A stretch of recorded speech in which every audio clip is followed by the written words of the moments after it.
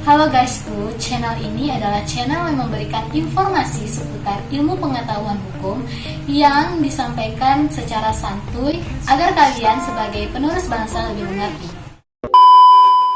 Nah guysku, kalau kalian suka dengan video aku, jangan lupa subscribe dan bunyikan notifikasi lonceng yang ada di sebelah kanan ini.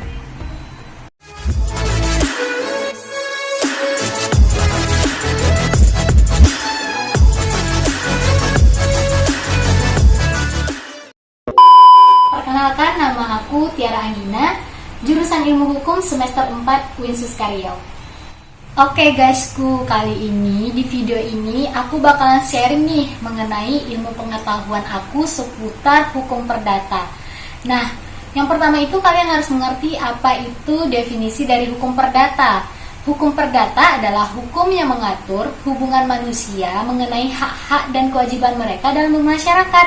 Nah, selain itu, ada juga yang mengatakan bahwa hukum perdata ini adalah hubungan antara individu satu dengan individu lainnya, baik juga yang bisa berbentuk badan hukum. Nah, kalian pasti mengirakan badan hukum itu apa sih? Badan hukum ini bisa seperti perusahaan. Nah, mereka ini mengatur tentang hak-hak dan kewajiban di dalam masyarakat. Nah, jadi guys, hukum perdata ini juga sering disebut dengan hukum privat atau yang kita kenal juga dengan hukum perseorangan. Selain kalian harus mengetahui definisinya, kalian juga harus tahu nih sistematika dari hukum perdata.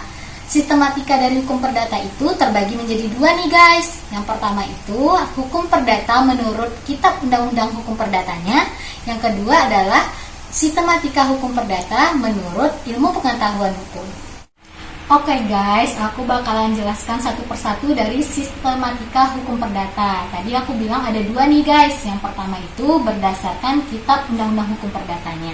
Nah, yang berdasarkan itu ada 4. Yang pertama itu buku 1 tentang orang, buku 2 tentang benda, buku 3 tentang perikatan, dan juga buku terakhir itu tentang pembuktian dan juga daluarsa. Nah, sedangkan menurut ilmu pengetahuan hukum juga ada 4 nih guys. Yang pertama itu tentang keluarga, yang kedua tentang pribadi, yang ketiga tentang harta kekayaan, dan yang keempat ini yang sangat kita kenal nih guys, yaitu tentang hukum waris. Nah teman-teman, selain penjelasan dari sistematika hukum perdata, ada yang gak kalah penting nih teman-teman, yaitu tentang sistem dari hukum perdata sendiri. Itu ada 2 sistem teman-teman. Yang pertama itu sistem hukum perdata terbuka, dan yang kedua adalah sistem hukum perdata tertutup. Nah, pasti kalian berpikir bagaimana sih sistem hukum yang terbuka dan tertutup itu? Nah, yang terbuka biasanya hukum ini bisa menerima hukum-hukum baru akibat adanya perubahan di dalam masyarakat. Nah, sedangkan yang tertutup itu biasanya tidak menerima, walaupun ada perubahan di dalam masyarakat, dia tetap nggak bisa diganggu-gugat.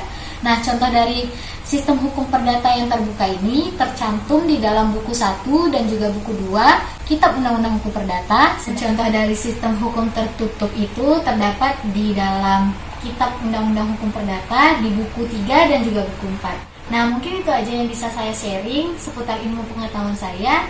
Saya ucapkan terima kasih kepada kalian semua yang udah mampir di channel YouTube ini. Dan saya ucapkan selamat kalau kalian itu nggak salah tempat. Karena channel YouTube ini adalah channel yang memberikan informasi secara santuy mengenai ilmu pengetahuan hukum.